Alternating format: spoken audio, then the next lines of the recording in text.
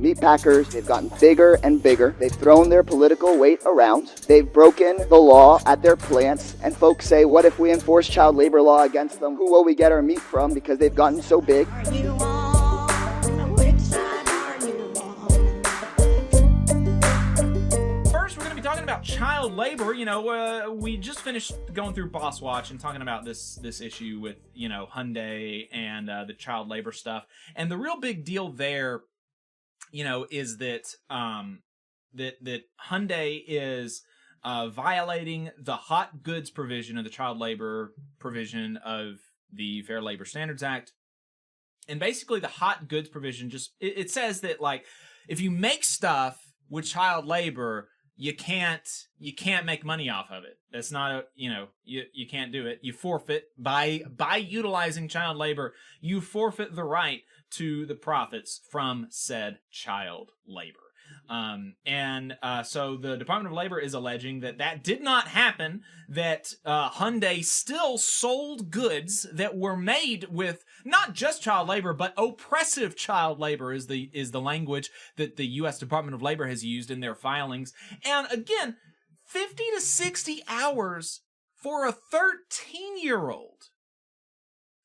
A 13-year-old working 50 to 60 hours in an auto shop. Right? I mean, this is just, there's so many layers to this and so many reasons that it's wrong.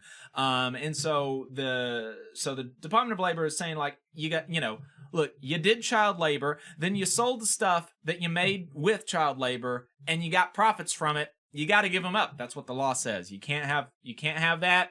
You got to give up the profits. So that just happened, and this has been, a growing issue across the country. In the roundup of that press release, they talked about how in 2023 there were almost 1,000 cases with child labor violations, 955 cases of child labor violations, 5,792 children nationwide, including 502 children employed in violation of hazardous occupation standards. That's 500 kids that were in places like not only like working longer, which is already, working longer than you need to is a health hazard, like in and of itself, even if the job is safe. But these 500 kids were in violation of the hazardous occupation. They're working in like auto shops. Unsafe conditions is where these 500 children are working. And these are only the ones that the Department of Labor caught. Right. I mean, how many more is... it's like an open secret that this stuff is going on at poultry plants across the country, at auto shops across the country, at, restaurants across the country. It's going on everywhere, and it's going on more and more. And this is just the stuff that's being caught. And so we should do something about it. The government should do something about it. And there has been an attempt to do something about it in the Farm Bill.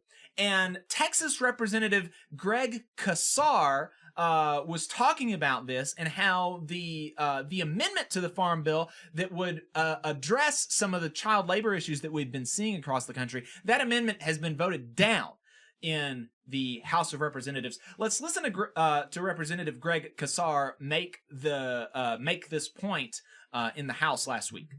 The big meat packers have been fighting this bill from the start. We filed it months ago. There's a companion in the Senate. We've been narrowing it down. The reason that there's amendments and amendments to the amendments is that the meat packers have known they have consolidated across the industry. They've gotten bigger and bigger. And with that size, they've thrown their political weight around. They've driven up prices for consumers by reducing free market competition. They've broken the law at their plants. The law has been broken at their plants. And folks say, well, where are we going to get our meat? Because there's so few options. What if we enforce child labor law against them? Who will we get our meat from? Because they've gotten so big. And they've driven down revenue for farmers and ranchers. Whether you're in a Democratic district or a Republican district, I know when you go talk with small ranchers, folks have seen their revenue drop as the big meat packers have consolidated their economic and political power. So in this Farm Bill, working families are taking a hit, a cut or a reduction to the nutrition programs that feed them. Farm workers are taking a hit, but the protections are for the meat packers Instead of us enforcing child labor laws or the minimum wage, they get a multi-million-dollar contract. And the vote that just happened on party line was, we'll study it. So the meat packers get a study with their multi-million-dollar contracts. Workers will continue to be exploited. We see that in other sections of this bill. Liability shields for chemical companies that otherwise would be sued for having cancerous pesticides. So the chemical companies get a liability shield, the meat packers get a study, working families, they get a cut to the SNAP benefits that they otherwise could receive. And in my view, that's why this isn't just a partisan farm bill. It's a farm bill that ultimately serves the interests of those folks that have lobbyists at the expense of the everyday constituents. And with that, I yield back. Hey, 5 seconds. Just wanted to say that this is only possible because of our donors. If you want to see more of this, then consider donating yourself at tvlr.fm/donate. So there you go. I mean, and just to reiterate and to emphasize, what his amendment would have done is it would have said that the U.S. Department of Agriculture, the federal government, will not contract with meatpacking facilities that engage in, quote, serious, repeated, or pervasive use of illegal child labor, right? And that is just eminently reasonable, and the idea that that is not, that's not a standard provision in the Farm Bill should be a cause of shame among our elected representatives. The idea that a meatpacking facility with serious, repeated, or pervasive illegal child labor can get a contract with the USDA is absurd. I mean, even that language, it's like, you can still do a little illegal child labor and we'll contract with you, right? I mean, this is such a mild thing. It's not even saying if you do illegal child labor once, you're done. It's saying you can do a little bit of child labor, but you can't be doing it all the time, and you can't be repeating doing it. I mean, this is so reasonable and moderate. And, I mean, Republicans voted it down. That's who voted this amendment down, right? It was a party line vote, and look, we can criticize Democrats, we can criticize Republicans, but we should know what's going on. We should know what's going on, and the Republicans killed this amendment to the Farm Bill, and so the Republicans voted affirmatively to allow the USDA to contract with meatpacking facilities that engage in serious, repeated, and pervasive illegal child labor. That's the position of the Republican Party. And I mean, it's just, like, it's so bizarre. It's so bizarre. I do not understand how people can support this. And like Kassar said, this is also the bill that is going to be cutting SNAP benefits. And so it's going to be taking away benefits for poor and working people. And it is going to be continuing to give protections to huge consolidated meatpacking conglomerates. Right. Absolutely bonkers. Yeah, there's so much there, right? Because there's the lack of worker protections and the attacks on worker protections. There's the growing monopoly power of this industry, and then there's benefit cuts on top of that.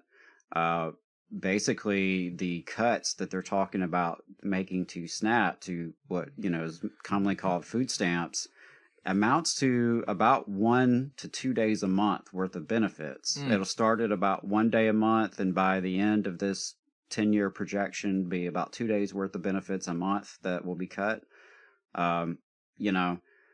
Maybe some folks don't think that's a big deal, but I do think it's a big deal if you're telling hungry folks that, here's 1 or 2 days less a month that you're going to have benefits to provide for yourself or your family.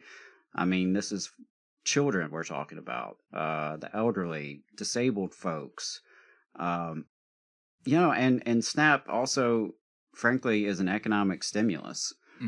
Like most social safety net programs, it's a stimulus to the economy. It's a stimulus for farmers, right, who produce the food. And so it's a multi-layered effect. It affects the economy, and it really just stings, right? The poorest and most marginalized folks.